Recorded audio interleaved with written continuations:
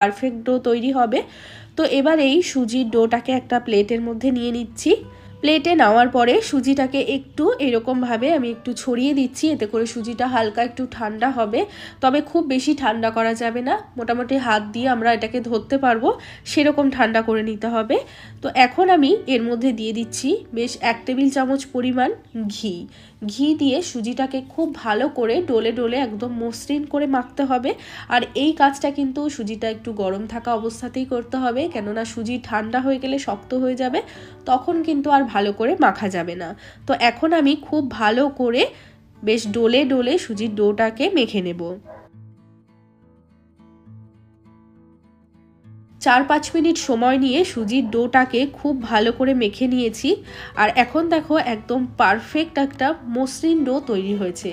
ডোটা যদি ভালো না হয় তাহলে পুলিগুলো কিন্তু ভাজা যাবে না, ভাজতে গেলেই সেগুলো পুরো ভেঙে যাবে বা পুরো খুলে যাবে। তো তাই জন্য ডোটাকে কিন্তু একদম মসৃণ করে নরম করে সুন্দর করে মাখতে হবে, তাই জন্য দুধ বা জলের পরিমাণটা ঠিক রাখতে হবে। তো এখানে আমাদের সুজির ডো তৈরি হয়ে গেছে। এবার এই ডোয়ের থেকে আমি একটু বড় বড় করে কয়েকটা লেচি করে নিচ্ছি। লেচিগুলো তৈরি করে নেওয়ার পর এবার একটা করে লেচি নেব, নিয়ে হাতের মধ্যে খুব ভালো করে এইভাবে ডলে ডলে একটু গোল করে নিতে হবে। একটা লেচি এইভাবে গোল করে নেওয়ার পর এবার ওপর থেকে হালকা করে একটুখানি ময়দা আমি ছড়িয়ে দিচ্ছি। রুটি বেলার জন্য আমাদের যেরকম পরিমাণে আটা বা ময়দা লাগে ঠিক ততটাই দিতে হবে।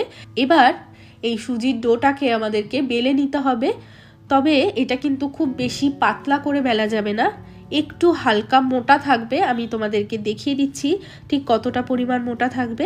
এর থেকে বেশি পাতলা কিন্তু করা যাবে না, তাহলে তেলে দিলেই কিন্তু সেটা ফেটে যাবে। তো সুজির এরকম একটা বড় করে রুটির মতো বানিয়ে নিয়েছি। এবার একটা বাটি নিয়ে নিয়েছি, এই বাটি দিয়ে আমি ছোট ছোট করে লুচির মতো কেটে নিচ্ছি।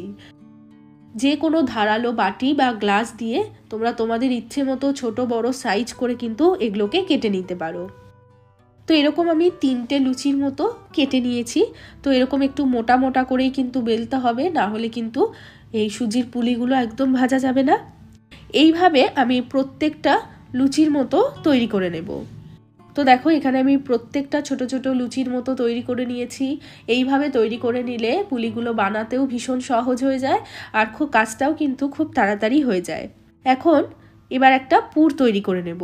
ভীষণ সহজ একটা পুর তৈরি করব, কোনো ঝামেলা নেই, এটা কিন্তু কয়েক সেকেন্ডেই তৈরি হয়ে যাবে। তো দেখো এখানে আমি নিয়ে নিয়েছি একটা গোটা নারকেল, খুব ভালো করে মিক্সিতে আমি একটু ঘুরিয়ে নিয়েছি, একদম মিহি করে এটা কিন্তু ঘুরিয়ে নিয়েছি।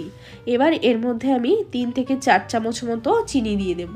চিনির পরিমাণটা অবশ্যই তোমরা তোমাদের ইচ্ছে মতো দেবে। চিনিটা দেওয়ার পরে খুব ভালো করে এটাকে মিশিয়ে নিচ্ছি চিনির সাথে। এটা তৈরি করতে খুব বেশি সময় লাগে না, ঝটপট তৈরি হয়ে যায়, খেতেও কিন্তু খুব সুস্বাদু হয়। এইভাবে একবার পুর তৈরি করে বানিয়ে দেখবে, খেতে কিন্তু খুব ভালো লাগে। তো এখানে আমাদের পুরটা তৈরি হয়ে গেছে, এবার আমরা পুলিগুলো তৈরি করব। তো এখন আমি এই যে সুজির লুচিগুলো ছোট ছোট তৈরি করে নিয়েছি, এর মধ্যে এরকম 1 চামচ করে পুর দিয়ে দিচ্ছি। খুব বেশি কিন্তু পুর দেওয়া যাবে না, বেশি পুর দিলেও কিন্তু সুজিটা যখন আমরা তেলে দেব তখন কিন্তু ফেটে যেতে পারে। তো পুরটাকে বেশি পরিমাণ দেওয়ার দরকার নেই, আশা করি দেখে বোঝা যাচ্ছে আমি কতটা দিয়েছি, 1 চামচ মতো দিলেই হবে। এবার এই লুচিটার চারিপাশে একটু জল লাগিয়ে নিচ্ছি, এতে করে পুলিগুলো খুব ভালো করে আটকানো যাবে, মুখগুলো বন্ধ করা যাবে। এবার এটাকে এরকমভাবে ফোল্ড করে ভালো করে জয়েন করে দেব। আর এটা কিন্তু খুব সহজ বানানো, মুখটাকে খুব ভালো করে বন্ধ করতে হবে, মুখটা যেন কোনোভাবে খোলা না থাকে, তাহলে কিন্তু তেলে দিলেই ভেতরের পুরটা বেরিয়ে আসবে। তো খুব ভালো করে হাত দিয়ে চেপে চেপে মুখটাকে বন্ধ করে দেব। এটা তৈরি করা কিন্তু ভীষণ সহজ, খুব তাড়াতাড়ি হয়ে যায়, এবং এইভাবে ছোট ছোট লুচির মতো কেটে নিলে সেগুলো দেখতেও কিন্তু খুব ভালো লাগে, প্রত্যেকটা একই রকম সাইজও হয় আর প্রত্যেকটা দেখতেও খুব সুন্দর লাগে। তো একটা পুলি পিঠা আমার তৈরি হয়ে গেছে, আমি সেমভাবে তোমাদেরকে আরও একটা বানিয়ে দেখাচ্ছি। এইভাবে কিছুটা পুর নিয়ে তারপর এই লুচির চারিপাশে জল লাগিয়ে বন্ধ করে দেব মুখটাকে, তারপরে খুব ভালো করে আঙুল দিয়ে একদম পুরো মুখটাকে সিল করে দিতে হবে, যাতে মুখের কোনো অংশই খোলা না থাকে। এইভাবে মুখটাকে বন্ধ করে দিলাম। তো এখানে আমাদের পুলি তৈরি হয়ে গেল। এইভাবে দেখো আমি প্রত্যেকটা পুলি পিঠে তৈরি করে নিয়েছি। তো এখন আমি পুলিগুলো ভেজে নেব। তো ভাজার জন্য আমি একটা ফ্রাই প্যানের মধ্যে বেশ খানিকটা সাদা তেল দিয়ে দিয়েছি।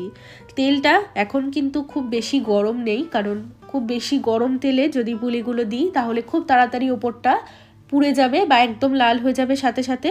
তো তাই জন্য তেলটা একদম মিডিয়াম আঁচে আমি গরম করে নিয়েছি। আর এই হালকা গরম তেলের মধ্যে একটা একটা করে পুলি আমি ছেড়ে দেব।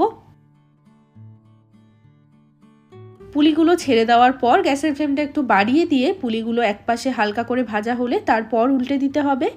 আমি যেই সমস্ত প্রোডাক্টগুলো রান্নার সময় ব্যবহার করি, তোমরা অনেকেই জানতে চাও যে এগুলো আমি কোথা থেকে কিনি।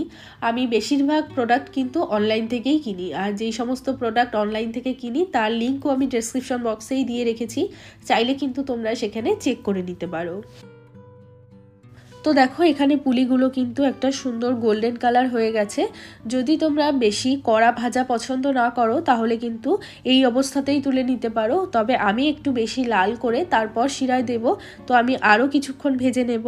আর এই ভাজা পুলিগুলো খেতেও কিন্তু দুর্দান্ত স্বাদ লাগে। অবশ্যই তোমরা এই ভাজা পুলি খেয়ে দেখবে, সেটাও খেতে ভীষণ টেস্টি হয়। তো এখন দেখো পুলিগুলো একদম লাল করে ভাজা হয়ে গেছে। এইভাবে কড়া করে ভেজে নিলে আমার বেশি ভালো লাগে। তোমরা তোমাদের ইচ্ছে মতো পছন্দ মতো কালার আসা পর্যন্ত ভেজে নিতে পারো। এখন এই ভাজা পুলিগুলো আমি তেলের থেকে তুলে নেব। তো দেখো এখানে আমার সমস্ত পুলিগুলো ভাজা হয়ে গেছে। দেখতেই পেলে কত সহজে পুলিগুলো ভাজা হয়ে গেল। এরকম পারফেক্ট তোমরাও কিন্তু বাড়িতে বানাতে পারবে যদি এরকম ছোট ছোট টিপসগুলো ফলো করে বানাও, তাহলে তোমাদের পুলিগুলোও কিন্তু একবারেই এরকম পারফেক্ট তৈরি হবে। তো এখন এই ভাজা পুলিগুলো দিয়ে দেব শিরার মধ্যে। শিরাটা কিন্তু একদম ফুটন্ত গরম নেই, হালকা গরম আছে, তবে পুলিগুলো একদম পুরো গরম ভাজা পুলি সাথে সাথে দিয়ে দেবো শিরার মধ্যে। আর শিরার মধ্যে দেওয়ার পর গ্যাসটা আর অন করব না। পুলিগুলো দেওয়ার পরে খুব ভালো করে শিরার মধ্যে এইভাবে নাড়াচাড়া করে তারপর এটাকে আমি ঢাকা দিয়ে 15 থেকে 20 মিনিটের জন্য এইভাবেই শিরার মধ্যে রেখে দেব। এতে করে পুলির ভেতরে ভালোভাবে শিরাটাও ঢুকে যাবে আর পুলিগুলো কিন্তু একদম নরম তুলতুলে হয়ে যাবে।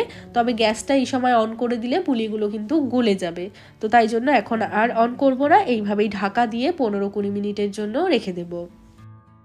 তো 15-20 মিনিট পর এখন আমি পুলিগুলো তোমাদের সার্ভ করে দেখাচ্ছি। তো তৈরি হয়ে গেল একদম রসালো নরম তুলতুলে সুজির পুলি পিঠে। এইভাবে পুলি পিঠে বানালে একদম পারফেক্ট তৈরি হবে। আমি যেই সমস্ত ছোট ছোট টিপসগুলো তোমাদের সাথে শেয়ার করেছি সেরকম ফলো করে বানাবে, একদম পারফেক্ট রসালো পুলি পিঠে খুব সহজেই বাড়িতে বানাতে পারবে। আর এটা বানানোর জন্য খুব একটা বেশি উপকরণেরও প্রয়োজন হয় না, সামান্য কিছু উপকরণ দিয়ে ভীষণ কম সময়ে ঝটপট এই রেসিপিটা অবশ্যই ট্রাই করে দেখবে। আর আজকের রেসিপিটা তোমাদের কেমন লাগলো সেটা কিন্তু অবশ্যই আমাকে একটা লাইক বা কমেন্টের মাধ্যমে জানাতে ভুলো না। চ্যানেলটিকে যদি সাবস্ক্রাইব করে না থাকো তাহলে চ্যানেলটিকে সাবস্ক্রাইব করে নেওয়ার অনুরোধ রইল। সবাই ভালো থাকবে, সুস্থ থাকবে। আমি আবারও চলে আসবো অন্য কোনো রেসিপির সাথে। আজ এ পর্যন্তই, টাটা।